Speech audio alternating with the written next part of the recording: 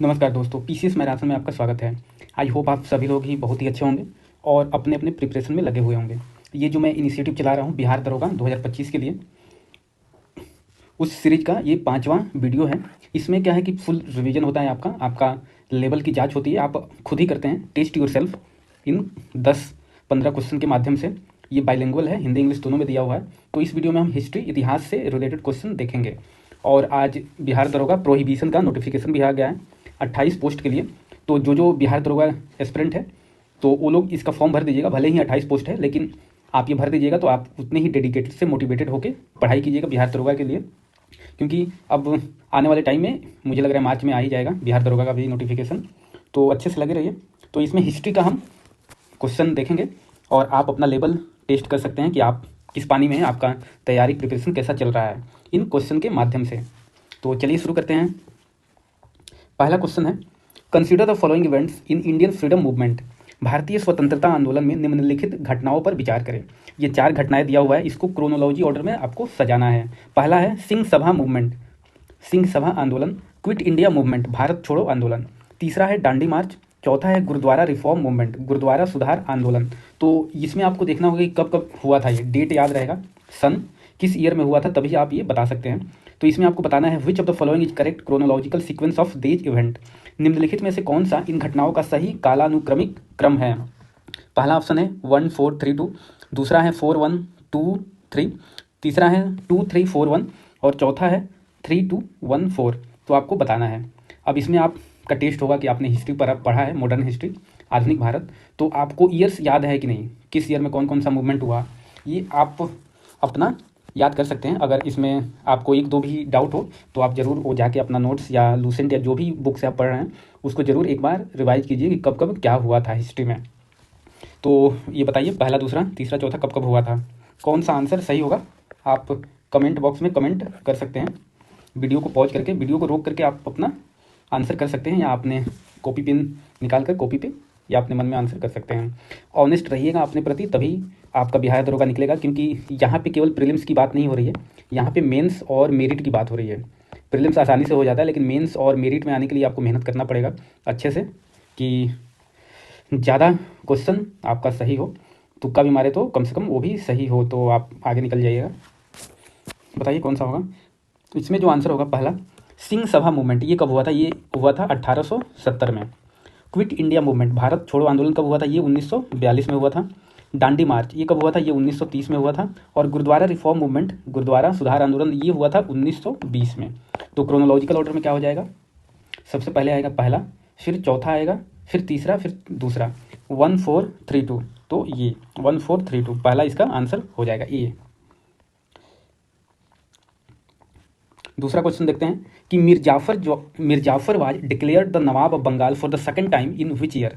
मीर जाफर को दूसरी बार बंगाल का नवाब किस वर्ष घोषित किया गया था। पहला ऑप्शन है 1763, दूसरा है 1764, तीसरा है 1765 और चौथा है 1768। इसमें क्या है, मीर जाफर पहली बार बना था, फिर उसके बाद उसको हटा के मीर कासिम को बनाया गया, फिर मीर कासिम के बाद मीर जाफर फिर दोबारा बन जाता है। तो मीर जाफर को दूसरी बार बंगाल का नवाब कब बनाया गया था, तो ये आप बता सकते हैं कब हुआ था। पहला 1763, बी है 1764, सी है 1765 और डी है 1768। इस टाइम आप ये भी देख लीजिएगा उस समय बंगाल का नवाब पहले कौन था, जब मीर जाफर बना था उसके पहले, और मीर जाफर जब बना पहली बार या दूसरी बार तो उस समय वाइसराय कौन था, मुगल बादशाह कौन था, ये भी कभी कभी आ जाता है। तो इससे आपका एक क्वेश्चन अगर आप कोई भी पढ़ते हैं, अगर इस तरह से पढ़िएगा, उससे रिलेटेड आसपास की जो चीज़ें हुई है अगर आप लोग रिवाइज करते हैं, याद रखते हैं, तो इस क्वेश्चन के आसपास कोई भी क्वेश्चन पूछा जाएगा तो आपका एग्जाम में सही हो जाएगा। तो इस तरह आप पढ़िए अच्छे से। तो ये कब दूसरी बार नवाब बना था, ये हो जाएगा 1763 में, ये दूसरी बार इसको बंगाल का नवाब बनाया जाता है। तीसरा क्वेश्चन है, Satyashodhak Samaj was founded by who among the following. Satyashodhak Samaj की स्थापना निम्नलिखित में से किसने की थी। पहला है ज्योतिराव फूले, दूसरा है बी आर अम्बेडकर, तीसरा है जी वी जोशी और चौथा है नरोजी फुरदोंजी। तो ए बी सी डी में से कौन सा ऑप्शन सही होगा, सत्यशोधक समाज। अब इस क्वेश्चन से आप कैसे रिवाइज कर सकते हैं कि जो भी एसोसिएशन या समाज या संगठन इस्टेब्लिश हुआ है वो आप पढ़ सकते हैं कि कौन कौन किया था, किस ईयर में किया था, ईयर भी बहुत ही इंपॉर्टेंट है, और कहाँ किया था, किस स्टेट में या सिटी में, महाराष्ट्र, बंगाल, यूपी, बिहार, ये सब आप देख सकते हैं इसके थ्रू। तो सत्यशोधक समाज की स्थापना कौन किया था? इसका भी आंसर हो जाएगा ए, ज्योतिराव फूले। ज्योतिराव फूले ने इस समाज का गठन किया था। कहाँ पे? ये महाराष्ट्र में हुआ था, महाराष्ट्र में। और ये डेट भी आप इंपॉर्टेंट है, डेट आप लोग याद कर लीजिएगा, 1863 में किया गया था। चौथा क्वेश्चन है, in which year did Mahatma Gandhi establish the Natal Indian Congress? Mahatma Gandhi ने नटाल इंडियन कांग्रेस की स्थापना किस वर्ष की थी? पहला ऑप्शन है 1854, दूसरा है 1863, तीसरा है 1874 और चौथा है 1894। तो ये कब किया था महात्मा गांधी ने? और ये भी देख लीजिएगा, नटाल इंडियन कांग्रेस कहाँ इस्टेब्लिश हुआ था? इंडिया में ये नहीं हुआ था। ये कहाँ पे अब इस्टेब्लिश किया था महात्मा गांधी ने? दक्षिण अफ्रीका में। दक्षिण अफ्रीका में इस्टेब्लिश ये किया था गांधी जी ने। तो ये इंपॉर्टेंट है, आ जाता है कि नटाल इंडियन कहाँ पे इस्टेब्लिश हुआ? दक्षिण अफ्रीका, इंडिया, यूरोप, इस टाइप का। तो ये कब हुआ था? ये 1894 में इन्होंने इस्टेब्लिश इसको किया था, नटाल इंडियन कांग्रेस को। डी ऑप्शन इसका सही हो जाएगा। पांचवा है, the Peshwaship was abolished by British at the time of Peshwa. Peshwaship को अंग्रेजों द्वारा पेशवा के समय समाप्त कर दिया गया था। तो उस समय कौन पेशवा था मराठा का, जिसके टाइम में पेशवाशिप समाप्त कर दिया गया था अंग्रेजों के द्वारा? पहला ऑप्शन है बाजीराव टू, दूसरा है नारायण राव, सी है रघुनाथ राव और डी ऑप्शन है माधवराव द्वितीय। तो इन चारों में से आपको बताना है। और ये भी याद रखिएगा कि कभी कभी एग्जाम में आ जाता है कि लास्ट पेशवा कौन था, तो उसका भी आंसर यही क्वेश्चन होगा कि पेशवाशिप किसके टाइम में एबॉलिश किया गया था, हटाया गया था, और लास्ट या तो लास्ट पेशवा कौन था। तो इसमें से कौन सा ऑप्शन सही हो जाएगा? ए, बी, सी, डी में से आप बता सकते हैं। तो इस क्वेश्चन से आपको मराठा का जितना भी MCQ है मराठा एम्पायर का, वो आप लोग देख लीजिएगा तो अच्छा रहेगा, लूसेंट से या अपने नोट्स से या कोई भी बुक जो भी क्राउन आप पढ़ रहे हो। तो इसका आंसर क्या होगा? इसका आंसर हो जाएगा ए, बाजीराव द्वितीय के टाइम में पेशवाशिप हटा दिया गया था और लास्ट पेशवा कौन था? यही बाजीराव द्वितीय। छठा है, the term Vitasta in Rigveda refer to which among the following rivers? Rigveda में बीतस्ता शब्द निम्नलिखित में से किस नदी को संदर्भित करता है? तो ऋग्वेद में बहुत सारी नदियां हैं, कुछ इंपॉर्टेंट है 7-8, उसको आप लोग देख लीजिएगा कि इसका पहले नाम क्या था ऋग्वेद में और बाद में क्या नाम हो गया। पहला है इंडस सिंधु नदी, दूसरा है ब्यास, सी है झेलम, डी है चिनाब। तो इनमें से कौन सा आंसर होगा? तो ये इन नदियों के नाम आप देख लीजिएगा ऋग्वेद में क्या था, तो अच्छा हो जाएगा आप लोग के लिए। तो बीतस्ता किसको बोलते थे, किस नदी को? पहले सी आंसर हो जाएगा इसका, झेलम नदी को पहले बीतस्ता बोलते थे, या ऋग्वेद में इसका नाम है।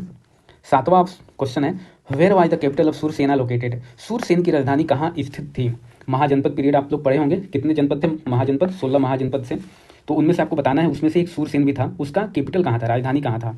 पहला है सौराष्ट्र, बी है पुंछ, सी है मथुरा और डी है पुटाली। इन चारों में से कौन सा सही होगा? तो 16 जनपद है, उसके महाजनपद, उसके कैपिटल आप लोग देख लीजिएगा। और ये भी देख लीजिएगा कि ये कहाँ कहाँ पे स्थित है, बिहार में कितने हैं, यूपी में कितने हैं, और जगह पे कहाँ कहाँ है, तो अच्छा रहेगा आने वाले एग्जाम में। तो इसका आंसर हो जाएगा मथुरा, सी इसका आंसर हो जाएगा। सूरसेन की राजधानी कहाँ थी? मथुरा में। आठवां क्वेश्चन है, which of the following sites of Indus valley civilisation is located on the bank of Bhogava river?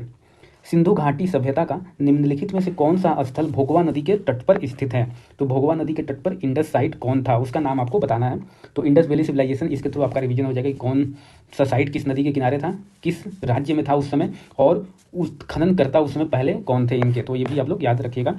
पहला ऑप्शन है राखीगढ़ी, बी है लोथल, सी है धौलावीरा और डी है आलमगीरपुर। इन चारों में से आपको बताना है सिंधु घाटी सभ्यता का कौन सा स्थान है जो भोगवा नदी के किनारे था। तो इसका आंसर हो जाएगा बी, लोथल। लोथल कहाँ है? भोगवा नदी के किनारे है। और लोथल कहाँ है? ये गुजरात में है। 9वां क्वेश्चन है, after the death of Aurangzeb which of the following Mughals abolish jizya tax for the first time? Aurangzeb की मृत्यु के बाद निम्नलिखित में से किस मुगल ने पहली बार जजिया कर समाप्त किया? पहला ऑप्शन है जहांदर शाह, बी है रफ़ी उल दरजात, सी है मोहम्मद शाह रंगीला और डी है फर्रुखसियर। इन चारों में से बताना है। और ये भी आपको जाके देखना है कि जजिया टैक्स कौन लगाया था। जजिया टैक्स आप देखिएगा कौन पहली बार हटाया था, ये भी देखना है। जजिया टैक्स कौन हटाया था? पहली बार हटाया था अकबर ने जजिया टैक्स हटा दिया था। फिर बाद में री इंट्रोड्यूस कौन किया था? औरंगजेब। तो औरंगजेब के बाद फिर जजिया टैक्स हटाया गया था। तो वही पूछ रहा है कि औरंगजेब के बाद की मृत्यु के बाद निम्नलिखित में से किस मुगल ने पहली बार जजिया कर समाप्त किया था? तो यहाँ पे ध्यान दीजिएगा, पहली बार कब? औरंगजेब की मृत्यु के बाद। लेकिन अगर आ जाए कि जजिया टैक्स पहली बार कौन एबॉलिश किया था, तो वो अकबर था। तो इन चारों में से ऑप्शन आपको बताना है कौन किया था, जजिया टैक्स हटाया था जो औरंगजेब की मृत्यु के बाद। तो इसका आंसर हो जाएगा जहांदर शाह। ये आंसर सही हो जाएगा, जहांदर शाह। 10वां क्वेश्चन है, who led the foundation of Lodhi dynasty? Lodhi वंश की नींव किसने रखी? ए है बहलोल लोधी, बी है सिकंदर लोधी, सी है इब्राहिम लोधी और डी है दौलत खान लोधी। तो ये सल्तनत काल में आप जाके देखिए कौन कौन सा डायनेस्टी था, उसका क्रम भी आपको याद रखना है कि पहले कौन था, बाद में कौन था, फर्स्ट राजा कौन था उनका, सुल्तान जो इस्टेब्लिश किया, और लास्ट राजा कौन था, तो ये सब आपको याद रखना है। तो इसका आंसर हो जाएगा बहलोल लोधी, ये आंसर हो जाएगा बहलोल लोधी। 11 है, Muhammad bin Tughlaq transferred his capital from, Muhammad bin Tughlaq ने अपनी राजधानी कहाँ से स्थानांतरित की थी, कहाँ से कहाँ स्थानांतरित किया था मोहम्मद बिन तुगलक ने अपने टाइम में एक बार राजधानी चेंज किया था। तो ऑप्शन है दिल्ली टू वारंगल, दिल्ली से वारंगल, बी है दिल्ली टू देवगिरी, दिल्ली से देवगिरी, सी है दिल्ली टू मदुरई, दिल्ली से मदुरई, डी है दिल्ली टू विजयनगर, दिल्ली से विजयनगर। तो ये आपको बताना है मोहम्मद बिन तुगलक अपनी राजधानी कहाँ से कहाँ स्थानांतरित किया था। चारों में से क्या ऑप्शन होगा। तो इसके चलते आप पूरा हिस्ट्री जो जो क्वेश्चन आया उस टॉपिक का तो कम से कम आप रिवीजन कर लीजिए। मैं क्या करता हूँ कि कुछ सब्जेक्ट वाइज या कुछ टॉपिक वाइज क्वेश्चन ले आता हूँ कि, और हर वीडियो में आप देखिएगा मेरा अलग अलग टॉपिक से आता है वीडियो, तो इससे क्या होगा, कम से कम वो टॉपिक आपका पूरा रिवाइज हो जाएगा, रिवीजन हो जाएगा। तो इसलिए ये वीडियो आप लोग जरूर देखा कीजिए, और आप लोग अगर नए हैं तो लाइक कीजिएगा, सब्सक्राइब कीजिएगा, शेयर कीजिए वीडियो से, और अपने प्रिपरेशन में यूटिलाइज कीजिए इस इनिशिएटिव का। तो इसका आंसर हो जाएगा बी, दिल्ली टू देवगिरी, दिल्ली से देवगिरी मोहम्मद बिन तुगलक ने अपनी कैपिटल ट्रांसफ़र किया था। तो यहाँ पे हमारा ये 5वां वीडियो ख़त्म होता है। आप लोगों को ये इनिशिएटिव कैसा लग रहा है कमेंट करके ज़रूर बताएं, जिससे मुझे मालूम चले कि अच्छा चल रहा है, या कुछ सजेशन हो वो भी आप कमेंट बॉक्स में कमेंट कर सकते हैं। लाइक कीजिए, सब्सक्राइब कीजिए, मिलते हैं नेक्स्ट वीडियो में, तब तक के लिए नमस्कार।